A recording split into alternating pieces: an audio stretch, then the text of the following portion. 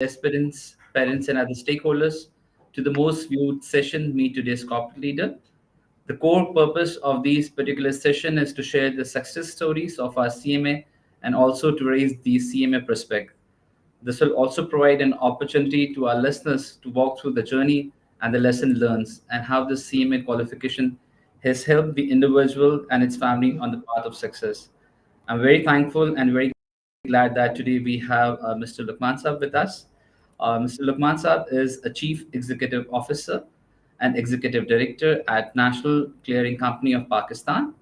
He is the fellow member of the Institute and also the member of Institute of Chartered Accountants of Pakistan, a qualified corporate secretary from the Institute of Corporate Secretaries of Pakistan and a certified director. Mr. Lukman joined this company in the year 2004 as a chief operating officer and assumed the position of chief executive officer in July 2006. He has over 25 years of enriched experience, especially in the areas of expertise in local and international. Uh, the profile that I was just going through, Lukman sir, आपका sir काफी लेंदी profile था. Keeping in the time view frame, मैंने थोड़ा सा इसको कम कर दिया था, just for the know-how about the profile.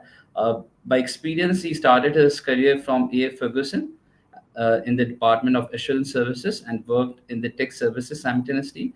He also served as the member of Financial Impact Terms in Coca-Cola FN in Singapore. He also served as the Central Depository Company, heading the finance division, and so on. Mr. Lukman has representative in CPL in the various committee formed by the Capital Market Mutual Funds Association of Pakistan and SECP, Security Exchange Commission of Pakistan.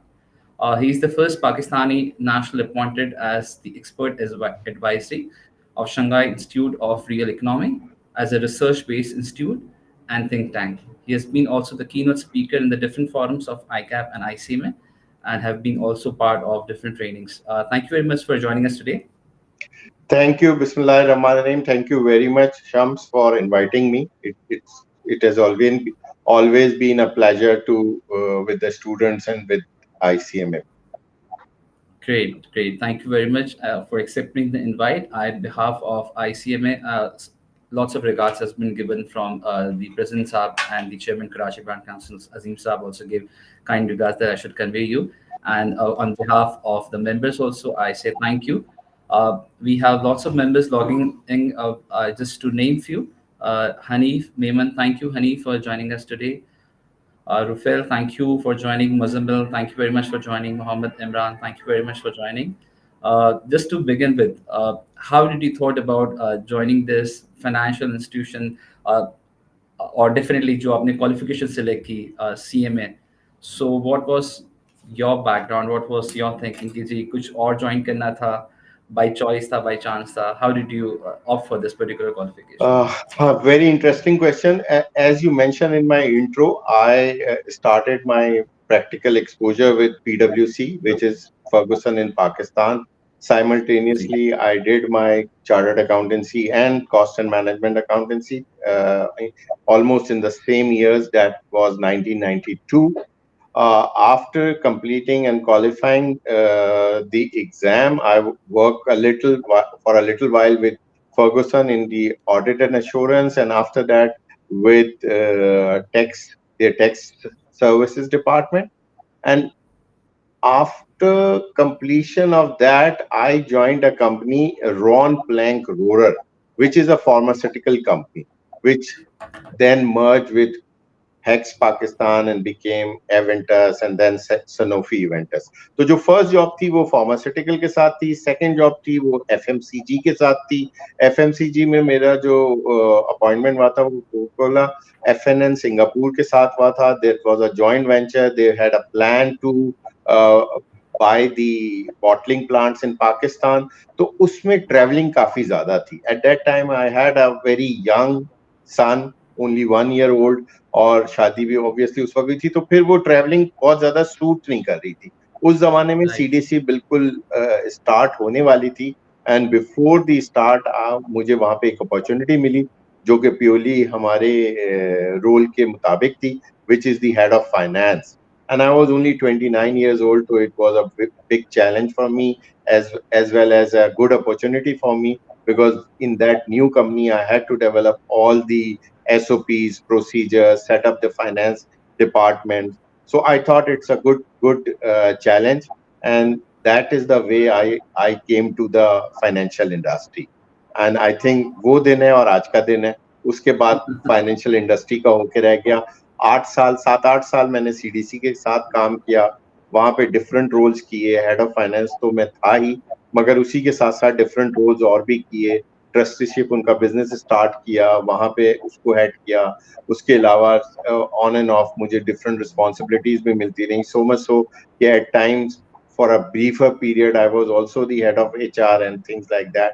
But eventually Excellent. फिर national clearing थी, वो हम जाहिर है साथ ही चला रहे थे. And I was also the CFO for National Clearing Company. यहाँ पे अपॉर्चुनिटी आई, and then I move to this as a chief operating officer in NCCPL in 2004.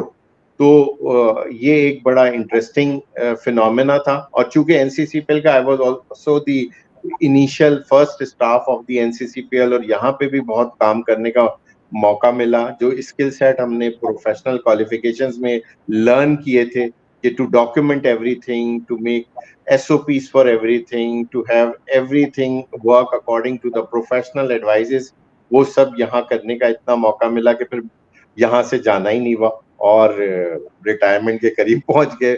Almost I am with NCCPL since last 20 years now. Great, great, great. Excellent. Just to name few, those who are logging in, thank you very much for joining. We have Kamran Uddin, a good session. Thank you, Kamran, for the comments.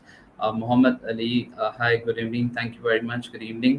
And thank you very much for joining. Just to remind that students and members and in general, if you have any questions pertaining to the discussion, do drop. I'll try to incorporate once we move into the discussion part.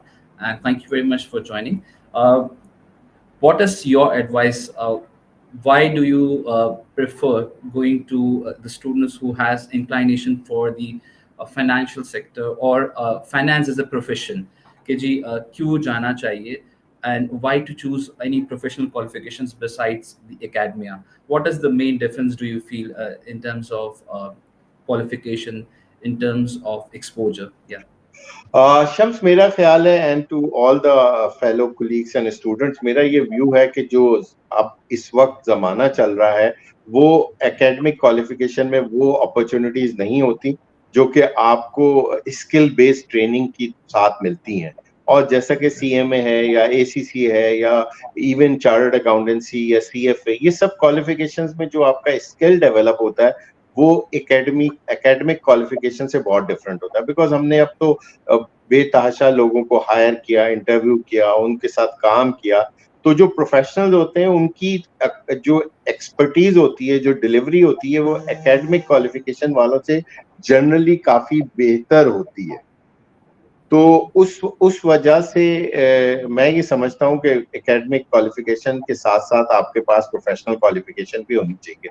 मगर मैं इसी के साथ एक चीज बहुत important है जो कि ऐड करना चाहूंगा, कि चूंकि कंपटीशन का जमाना है, तो आज जो एनालिटिक्स के कोर्सेज आ रहे हैं, एआई बेस्ड सिस्टम्स आ रहे हैं और सॉफ्टवेयर आ रहे हैं, जो हमारे वक्तों में डिफरेंट होता था. उस वक्त भी हम करते थे, मगर उस वक्त हम एक्सेल करते थे, माइक्रोसॉफ्ट वर्ड करते थे, डिफरेंट चीजों पे काम करते थे. बट अब जो बेसिस चीजें आ रही हैं, वो तो बहुत ही ज्यादा प्रोडक्टिव भी हैं, और उसकी वजह से आपकी एफिशिएंसीज मैनी टाइम बढ़ जाती है. सिमिलरली अगर मैं थोड़ा सा हायर एंड पे बात करूं, तो जो ईआरपी इम्प्लीमेंटेशन का सेटअप है, वो भी बड़ा इंपॉर्टेंट है. तो अकाउंटेंसी डेफिनेटली एक स्टार्ट है, एक बेसिक है. You can enter with confidence in any company and start working. But if you also work on these skills, और अगर आप वो skills भी अपने साथ add on कर लें, तो आपकी जो growth है वो बहुत fast हो जाती है, not only locally but also international. Excellent, excellent. I think it's a very important point you mentioned. Uh, what is your advice कि जो different diverse backgrounds आ रहे हैं, because you know intake हमारे intermediate के बाद भी है, कुछ O levels के students आ रहे थे, कुछ graduation के बाद join कर रहे थे. कुछ का साइंस का है, कुछ का आर्ट्स का बैकग्राउंड है. So this qualification is fit for all in terms, or it's difficult or it's easier for someone कि जी वो आगे जाके although you qualified quite time back, but again with your experience, what would you suggest कि जी this qualification is for all, and will the student be able to cope up with this passage of time? Yeah. मेरा तो ये view है कि इसमें कोई difficulties नहीं आती. Yes, if you are from a medical background तो शायद आपको थोड़ा सा एक्स्ट्रा टाइम देना पड़े, but if you are from a commerce background और you are from a science background तो मैथमेटिक्स से तो एडवांटेज होता है. जैसा कि मैंने भी साइंस, इंटरमीडिएट साइंस से किया था. Then I basically came to this profession. तो उसमें मुझे काफी एडवांटेज हुआ था क्योंकि मैथ्स होता है, स्टैटिस्टिक्स होती है, डिफरेंट सब्जेक्ट्स होते हैं, तो वहां पे आपको थोड़ी सी हेल्प भी हो जाती है. So and if there the person is willing to work hard तो मैक्सिमम ये होगा कि उसको थोड़े से ज्यादा आवर्स पुट इन करने होंगे. और अब तो मैं समझता हूँ कि एजुकेशन बिकम सो इजी कि आपके पास हर चीज के लेक्चर्स हैं, आप अपने हिसाब से, अपने टाइम के हिसाब से उसको वर्कआउट कर सकते हैं. ऑडियो आपके पास सारी नोट्स होते हैं, तो चीजें तो और पहले से आसान हो गई हैं. आपको तो अब क्लासरूम स्टडीज की जरूरत बहुत कम पड़ती है, पड़ती जरूर है मगर बहुत कम हो गई है उसकी requirement. Right, right. We have one question from Muzammil Khan. Muzammil, first, thank you very much for joining and asking the question. The question is, what would you suggest? Is it worth for a professional accounting students to pursue career in ERP and SAP consultancy? जी, मैंने I think इत्तेफाक से इसको अभी अभी answer कर दिया. और मैं समझता हूँ मेरी सैप के जो यहाँ पे कंट्री हेड है उनसे भी बात हो रही थी, तो ही मेंशन टू मी कि ऑलमोस्ट 4000 ईआरपी कंसल्टेंट हैं इस रीजन में, and most of them are Pakistanis. तो अगर आप ईआरपी कंसल्टेंट बन जाते हैं सैप के लिहाज से या किसी माइक्रोसॉफ्ट डायनामिक या कोई भी अच्छे जो ईआरपीज हैं उसके, तो उसमें बहुत ज्यादा स्कोप है, ना सिर्फ लोकली बल्कि इंटरनेशनली भी उसमें बहुत ज्यादा अपॉर्चुनिटीज है. Excellent, excellent, excellent. थोड़ा सा हम अगर आपके रोल के बारे में बात करें, what is your major role in NCCPL? Although it's now a journey, you said about 20 years. So and how the NCCPL is performing, और थोड़ा सा अगर organization के बारे में हमें गाइड कर सके. जी, NCCPL is extremely interesting organization. तो सबसे पहले नेशनल क्लियरिंग को जानने के लिए आपको कैपिटल मार्केट को थोड़ा सा समझना होगा. हमारी कैपिटल मार्केट ऑल्दो बहुत ज्यादा यहाँ पे नोन नहीं है, बट मैं समझता हूँ कि एटलीस्ट अकाउंटेंसी के स्टूडेंट को तो कैपिटल मार्केट की बहुत अच्छी नॉलेज होनी चाहिए. कैपिटल मार्केट किसी भी फाइनेंशियल मार्केट में बड़ा मेजर रोल प्ले करती है, और उसके जरिए जो एफिशिएंसीज होती हैं, जो जिस तरह से कैपिटल रेज कर सकती हैं कंपनीज, वो एक बहुत ही इम्पोर्टेंट फिनोमेना होता है. इसका दूसरा बड़ा एडवांटेज ये होता है कि कैपिटल मार्केट से जो भी रेवेन्यू या डिपॉजिट्स या कैपिटल रेज किया जाता है वो जो है सेकेंडरी मार्केट पे ट्रेडेबल होता है. तो जो इन्वेस्टर्स होते हैं उनको ये एडवांटेज होता है कि अगर वो कैपिटल मार्केट के थ्रू इन्वेस्टमेंट करते हैं बिजनेसेस में या इक्विटी में या फिक्स में, तो उनके पास ये अपॉर्चुनिटी होती है कि वो किसी भी वक्त उसको इनकैश कर सकते हैं सेकेंडरी मार्केट में, और मार्केट्स अवेलेबल होती है. Coming back to what is the role of NCCPL जो basically 3 pillars of the capital market होते हैं. एक स्टॉक एक्सचेंज होता है जहां पे ट्रेड होती है, उसके बाद वो सारी ट्रेड जो है वो क्लियरिंग के पास आ जाती है, और वो उसकी फिर सेटलमेंट जो कस्टडी होती है वो सीडीसी में होती है. So we at NCCPL are at the center of the capital market. तो जो भी ट्रेड होती है स्टॉक एक्सचेंज में वो सारी ट्रेड हमारे पास आती है. हम उसकी जो है वो क्लियरिंग एंड सेटलमेंट करते हैं, उसका रिस्क मैनेजमेंट करते हैं, और उसको इंश्योर करते हैं कि वो प्रॉपर तरीके से सेटल हो जाए. And we are also the CCP, which means we are the central counter party for the capital market, meaning that we become the buyer to the seller and seller to the buyer. So we need to ensure that every transaction executed at the stock exchange will be settled in through the NCCPL. और जिसकी by होती है उसके shares को हम CDC में और online deposit कर देते हैं, और अगर किसी की सेल होती है तो उसकी शेयर्स हम सीडीसी से ऑनलाइन पिक करते हैं और जिसके बाई होता है उसके अकाउंट में डिपॉजिट कर देते हैं। और सिमिलरली हमारे बैंक्स के साथ भी ऑनलाइन सेटलमेंट होती है, तो जिसके भी अमाउंट हमने देनी होती है वो ऑटोमेटिकली ऑनलाइन पे एंड कलेक्ट के थ्रू उसके अकाउंट में डिलीवर हो जाती है। तो we are providing this services since last many years, rather more than 15 years, 18 years. ये चीजें अब डेफिनेटली दूसरे फोरम, दूसरे प्लेटफॉर्म्स पे भी हो रही हैं, मगर हमने इसको पाकिस्तान में सबसे पहले स्टार्ट किया था। और ये बहुत ही एफिशिएंट एक मैकेनिज्म था जिसमें सारा सारा जो ट्रेड की सेटलमेंट थी, क्लियरिंग थी, रिस्क मैनेजमेंट थी, वो सब ऑटोमेट थी और पेपरलेस एनवायरनमेंट में होती थी। Excellent, excellent. I have two questions from your discussion which came into the mind. Is about you talk about the risk taking because company जो है वो एक individual के behalf एक risk ले रहा होता है, right? A calculated risk है which has been investing on the different portfolios. So my question is about risk and return.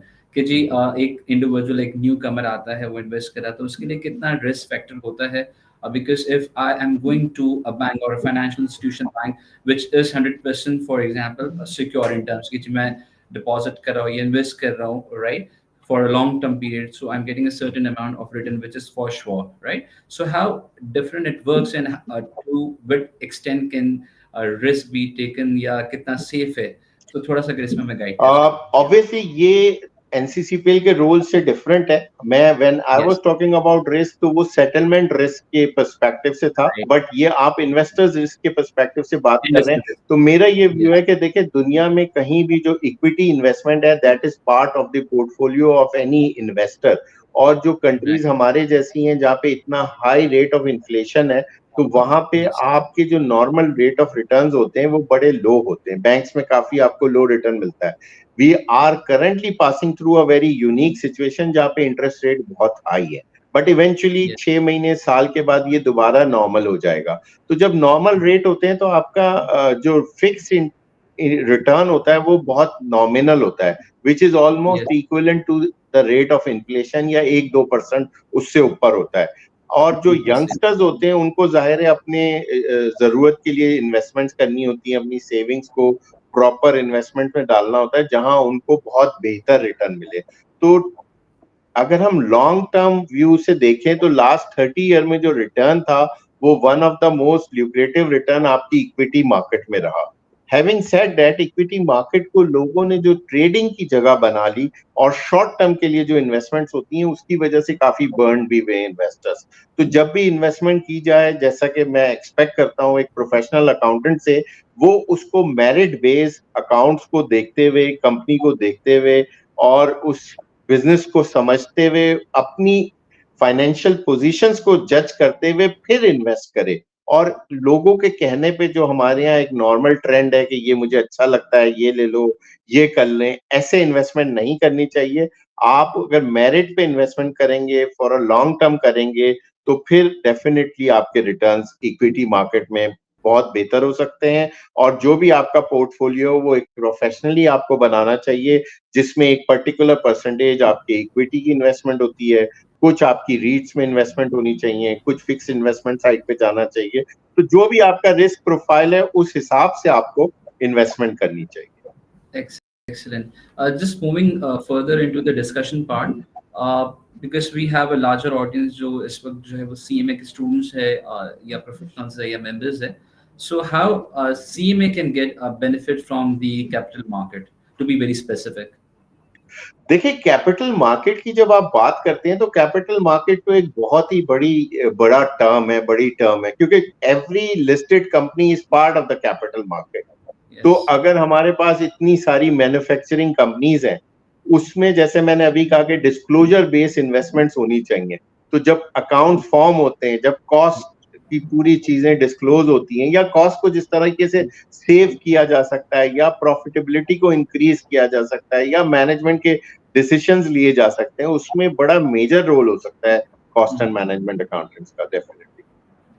Great, great. And अगर हम scope की बात करें in terms of job market, in terms of growth in this particular sector, so with your experience, if you could share that as well, because वो हमारे listeners भी interested होंगे इसके लिए.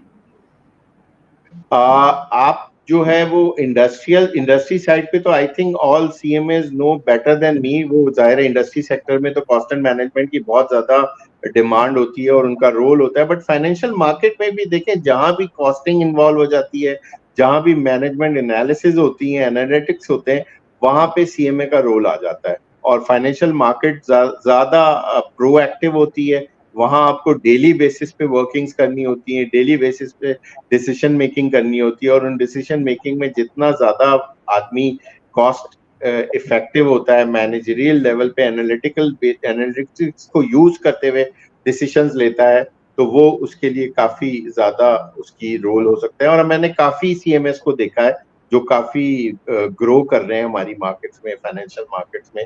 तो there is a lot of opportunities in the cost and management for CMS in the financial market. Excellent, excellent. Uh, Moving towards your personal experience, what would you suggest in terms of getting the professional experience? कि आपके कोई तीन visible change आपने अपनी life में देखा, which has benefited you at a longer run, and any challenges which you faced during getting the professional qualification? If you can share your experiences, yeah. आपका सवाल सीएमए के क्वालिफिकेशन के हवाले से? जी जी, सीएमए क्वालिफिकेशन के reference से कि आप क्या तीन विजिबल चेंज देखते हैं कि जी which is impacted your personal and professional life, and definitely वो जर्नी में बहुत सारी मुश्किलात भी आ रही है, तो which is also a learning part, so if you can share that as well. या तो पहले चेंज के हवाले से बात करते हैं। देखिए, जैसे मैंने कहा, ये जितनी भी प्रोफेशनल क्वालिफिकेशंस होती हैं, और मैंने सीएमए, सबसे पहली प्रोफेशनल क्वालिफिकेशन मेरी सीएमए थी, और उसके नेक्स्ट ईयर मैंने सीए किया था। तो as a first professional qualification का जो सबसे ज्यादा एडवांटेज मुझे हुआ मेरे केस में, वो आपका कॉन्फिडेंस जो होता है वो मल्टीप्लाई हो जाता है, और that is basically a door opener for you.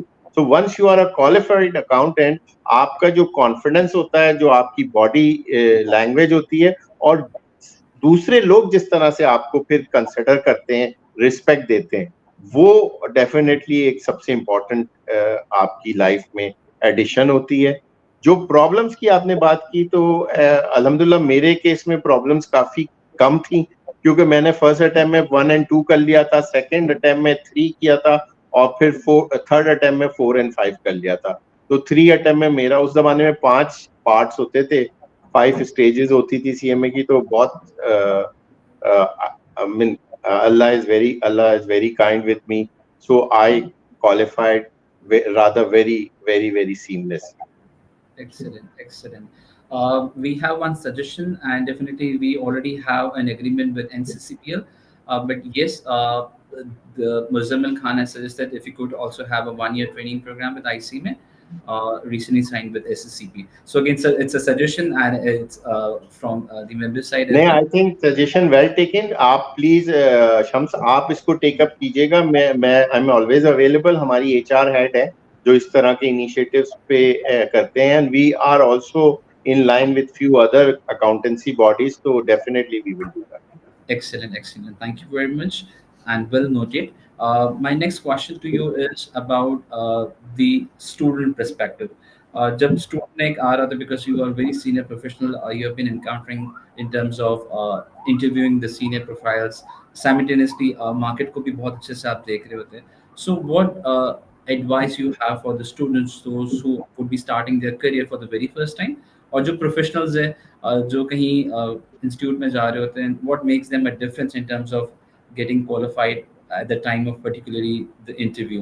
तो दोनों तरफ अगर बता सके, that would be really great. देखिए, as far as the productive in the industry is concern, मैंने थोड़ा सा उस पे हमने ऑलरेडी डिस्कस भी किया। जैसे अगर ईआरपी की लर्निंग उसकी हो जाती है, तो वो बहुत एडेड एडवांटेज होती है। बट अगर हम जनरल भी बात करें, तो आपको अपने स्किल्स को थोड़ा सा ग्रूम करना होता है, एंड उसमें सबसे इम्पोर्टेंट ये है कि जो आपका स्किल सेट है वो आपके लिए बहुत इम्पोर्टेंट होता है, और आपके लिए जरूरी है कि आप जो है प्रोडक्टिविटी पे ज्यादा फोकस करें, ना कि बुकिश नॉलेज पे। तो बहुत सारे लोगों को मैंने देखा है, वो बहुत सक्सेसफुल होते हैं, कुछ लोग थोड़े कम होते हैं। तो उसका रीजन यही होता है कि वो कौन कितना ज्यादा प्रोडक्टिव है फॉर दी कंपनी। तो उस पर्सपेक्टिव से देखें अपने आप को, सारे स्टूडेंट्स या जो न्यूली क्वालिफाइड है, और अपने स्किल्स को भी ब्रश ऑन करें, क्योंकि आज के जो हम जिस टाइम से गुजर रहे हैं उसमें every day is a new day. and every day there is a lot of new technologies which are coming. So उसमें बहुत important है कि जो नई टेक्नोलॉजी है उस पे आपके पास जो स्किल सेट है वो आप उसको इम्प्रूव करते हैं। Excellent excellent. एक क्वेश्चन ये भी स्टूडेंट के जहनों में भी होता है और पेरेंट्स के जहनों में भी होता है, specially because when you are going to select any professional qualification, so उसमें बड़ा पॉइंट होता है which is about the investment in terms of finance. Second is about the time which has been invested, which is the most important. So, what is your suggestion and advice for the parents and newcomers, those who are looking forward for a professional qualification? कि जी इस qualification में what is the term of strength, the market acceptability, and definitely the international mobility? Because in 3-4 parameters में students देख रहे होते हैं कि जिनकी अपनी लर्निंग क्या होगी, मार्केट में एक्सेप्टेंस क्या होगा, कि यहाँ से कहीं मूव करके जाते हैं, so what is the acceptance, so if you would like to add something on this. मेरा ख्याल है कि देखें एक्सेप्टेंस तो एक जैसे मैंने कहा qualification is a door opener. आपकी अपनी पर्सनैलिटी में जितना आप काम करोगे उतनी ज्यादा आपकी एक्सेप्टेंस बढ़ती है। एंड दूसरी चीज आपने इन्वेस्टमेंट कही, तो इन्वेस्टमेंट के पर्सपेक्टिव से तो जो मैं रिकॉल कर रहा हूँ, investment is very nominal. Even today, the cost of doing an A level is much higher than doing a professional qualification in Pakistan. Very तो राइट। और इवन अगर आप कोई बेसिक यूनिवर्सिटी से भी करते हैं तो कॉस्ट इज वेरी हाई।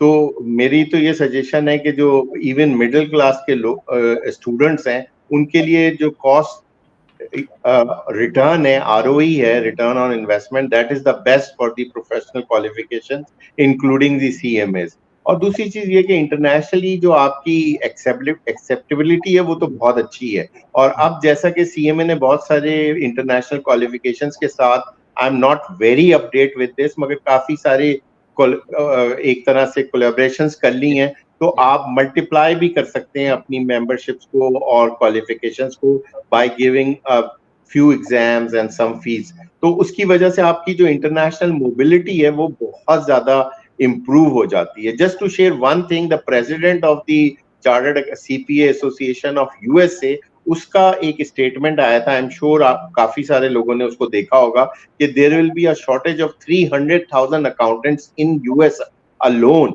तो इस वक्त जो अकाउंटेंट्स की शॉर्टेज है, और सबसे अच्छी बात ये हुई है कि जो आईएफआरएस वगैरह है वो सारे अलाइन हो गए हैं।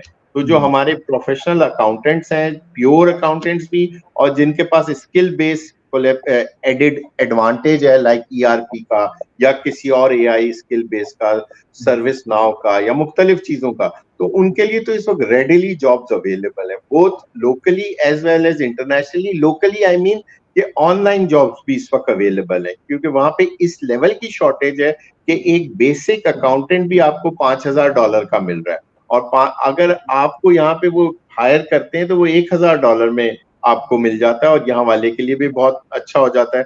तो अपॉर्चुनिटी तो बहुत ज्यादा है, और वहां पे जो इस वक्त एटीट्यूड है या एप्टीट्यूड है अकाउंटेंसी का, वो बहुत ज्यादा नेगेटिव है, और वहां के जो स्टूडेंट्स हैं वो इसको प्रेफर नहीं कर रहे, क्योंकि उनके पास मल्टीपल ऑप्शंस हैं and they don't want to put so much effort in doing accountancy. तो हमारे पास जाहिर है we are at a situation कि अगर हमें ये अपॉर्चुनिटी मिल रही है तो हमें इसे जरूर इनकैश करना चाहिए। Excellent, excellent, excellent. Any last suggestion if you would like to add? I'll just go with the question if we have any. Acha, there is one question. The name has not been displayed. The question is: being the recently qualified, what is the suggestion for the future brushing? You have already mentioned quite few of them in terms of getting the hold on the evolving thing. You talk about the software, you talk about the artificial intelligence. Anything else you would like to add? Just to जी, मैं आपके दोनों चीजों को एक साथ करता हूँ, concluding remark and this. तो जाहिर है जैसे आपने कहा, मैंने उस पर तो काफी सारा बता दिया जितनी मेरी नॉलेज थी। ऑब्वियसली जो आज का स्टूडेंट है उनकी नॉलेज हमसे बहुत ज्यादा होती है about the new skill set, but bottom line ये है कि you need to add on something with your basic accountancy qualification because to get the edge on all other students. अब उसमें लैंग्वेज भी आ जाती है, उसमें प्रेजेंटेशन स्किल्स भी आ जाते हैं, और उसमें ये जो स्किल्स हैं different ARP and AI related वो भी आ जाते हैं। Having said that, the last advice to the student is don't look for the short terms. always look for 10 years, 15 years, 20 years plan. Because if you look for short term, मैंने देखा हमारे साथ के कुछ लोग थे, उन्होंने शॉर्ट टर्म में तो डबल सैलरी पे चले गए, 30% रेस पे चले गए, और आज ये ज्यादा हो रहा है. मैं अपने बेटे के जब फ्रेंड्स को देखता हूं तो वो सारे के सारे स्टार्टअप्स में चले गए. अब स्टार्टअप्स में वो लर्निंग नहीं हुई, और स्टार्टअप जब धड़ाम से नीचे आके गिरे तो फिर जाहिर है उनको दोबारा से स्टार्ट करना पड़ता है. तो always look for 10, 15, 20 years horizon, और आप थोड़ा सा पेशेंस रखें, अपने स्किल सेट पे काम करें और लॉन्ग टर्म सोचें, एक दिन या एक महीना या शॉर्ट टर्म ना सोचें.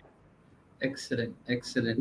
I think a question just came into mind because आपने जो last statement दिया इसमें मुझे एक question आया कि you talk about the long term goals, और usually जो students में हमने देखा है या in general भी हमें corporate से मिलता है कि the students are more in terms of hopping, कि जी यहाँ से कुछ मिला थोड़ा सा तो hop करके, या जो है वो कुछ salary के लिए जो है shift करके, एक ये issues आते हैं number one. दूसरा जो आता है is about what is your advice for the students to start their internship or practical experience during their qualification या उसको कंप्लीट करने के बाद करें, एज पर योर एक्सपीरियंसेस. या तो आपके जो दोनों क्वेश्चन है उनको मैं जाहिर है वन बाय वन आंसर करता हूं. जो फर्स्ट क्वेश्चन था आपका हॉपिंग का, देखिए जॉब चेंज करना is not bad, at least at the early stage of your life you are, I think it is better for you to change the job. But change करते हुए वो आपका जो फोकस होना चाहिए वो लर्निंग और कंपनी पे होना चाहिए. ऐसे नहीं होना चाहिए आपको कि आपने सिर्फ सैलरी को कंसिडर करते हुए चेंज कर लिया.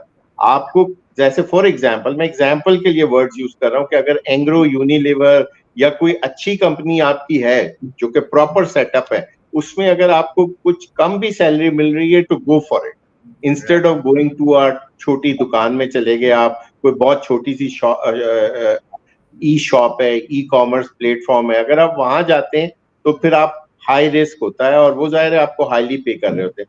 जो आपका दूसरा क्वेश्चन था वो बेसिकली आपने, सॉरी सेकंड क्वेश्चन वाज, नहीं इज अबाउट के किस स्टेज पे student should join in terms की वो साथ हाँ साथ. देखिए एक्सपीरियंस इज ऑलवेज गुड. मैं तो कहता हूँ, और मैं जाहिर इंटरनेशनली काफी ट्रैवल करता हूँ, तो वहां पे तो अब 8 क्लास के बाद भी वो बच्चों को 2 महीने की जो छुट्टियां होती हैं उसमें से वो 4 वीक्स के लिए इंटर्नशिप कराते हैं. और जितने भी अच्छी यूनिवर्सिटीज के अब प्रोग्राम है वो को ऑप प्रोग्राम जो होते हैं उनको प्रेफर किया जाता है. तो वो 2 साल अगर एकेडमिक क्वालिफिकेशन पे जा रहे होते हैं तो फिर 6 महीने वो किसी जगह प्लेस्ड हो जाते हैं, इंटर्नशिप जिसको आप कह लें या को ऑपशिप कह लें. तो वो जब तक आपको प्रैक्टिकल एक्सपोजर नहीं होगा वो आई थिंक आपको बहुत टाइम लगता है. तो स्टडी के साथ साथ अगर आप इंटर्नशिप करते रहते हैं, ऑर्गेनाइजेशंस का आपको एक्सपोजर मिलता रहता है, तो that will really add on with your qualification. Excellent. I'll just take 2-3 more minutes because we are just getting few questions and one comment. I'll try to finish before the time. Azim Saab has comment. Lukman Saab, you are a true professional. Thanks for accepting the invitation. He's the chairman, Karachi Branch Council. Thank you very much, sir, for joining. And for Thank you, Azim Saab. Thank you. We have a question from Bilal. Should we add further qualifications like CPA, CFA, or should we go for MPhil/PhD? Kindly suggest special. Yeah. देखिए I think ये तो हर person to person very करता है. अब आपके personal life के goals क्या हैं, ये तो इंडिविजुअल लेवल पे उन गोल्स को देखने के बाद आपकी कैपेसिटी क्या है, आपकी फाइनेंशियल पोजीशंस क्या है, उन सबको देखते हुए ही डिसाइड किया जा सकता है. तो मेरा ख्याल यही होगा, अगर आप ऐसे जनरल एडवाइस ले रहे हैं तो you need to learn about yourself. और वो जो कहा गया है कि इंसान जो अगर अपने आप को समझ लेता है तो इसका मतलब ये है कि वो सारी दुनिया को समझ लेता है. So you need to learn yourself, what do you want from life. That is very important. Great. Thank you very much for your input. Really appreciate. Thank you very much for sharing your thoughts, your ideas and experience. And definitely, हमने काफी चीजें learn की with the experience. And thank you on behalf of ICMA for sparing your time today. Thank you to all the audience for their active participation. For in case anyone has missed out this particular session, the recording will be available on the Facebook and then LinkedIn, and you may revisit at your ease. With this note, I once again say thank you to Lukman sir for sparing the time. Stay blessed. Any last comment from you? And then we can. Benji, thank you so much for ICMA. It is always a pleasure to be with you people, especially thanks for the Azim Saab, and thank you very much. Thank you, sir. Stay blessed. Allah Hafiz. Allah Hafiz.